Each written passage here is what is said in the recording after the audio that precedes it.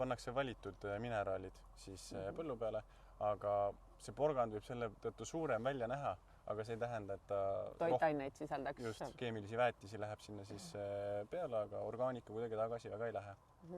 Ja põllupidajal on see muidugi väga mugav ka, sest et siis on kindel, et on sissetulek, et see kindlustatakse ära neil, et nad ei pea seda ohtu kartma, et näiteks vihma tõttu või millegi tõttu saak jääb ära. Just.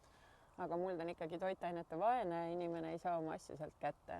Mis te siis tegite? Ühesõnaga, mõte oli saada orgaanika tagasi mulda. Ja seda siis teha nii, et võttagi see orgaanika, kuna seda põllule ei jäeta, siis teha see sama protsess, mis looduses toimub 100 aastatega. Läbi natuke kiiremal viisil, et lihtsalt anda siin õhku peale. Teha ise huumust kiirkorras? Põhimõtteliselt küll, et aidata loodusel, et looduslikke protsesse siis korrata natuke kiiremini.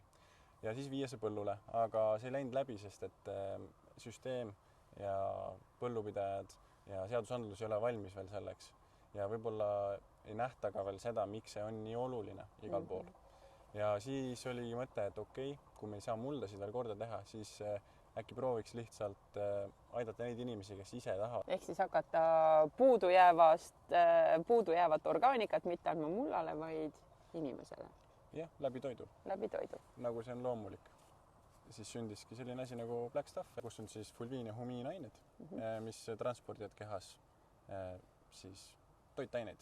Et orgaanika on see, mis viib meie kehas toitaine kohale. Võtame niiviisi. Kui praegu meie keha on moodustub veest ja magneesium, raud, kaltsium, kõik need asjad. Paneme need õiges vahekorras purki ja raputame, kas me saame inimese? Paar faktorit on puudu. See peab toimuma ikkagi loomulikult, et samamoodi on toiduga ja see puuduolev lüli, mis praegu jääb puudu, kuna me ei pane seda tagasi mulda, ongi siis selle toidu lisandi sees. Ehk siis sa saad korda põhimõtteliselt oma kõhu mikrobiomi, aga ta ei ole päris probiootikum, saan ma õigesti aru? Jaa, ta on prebiootikum. Kui meil Läti ülikoolides tehti uuringuid, siis ütles üks doktor, et this shit works. I don't know how. But it does. Yes.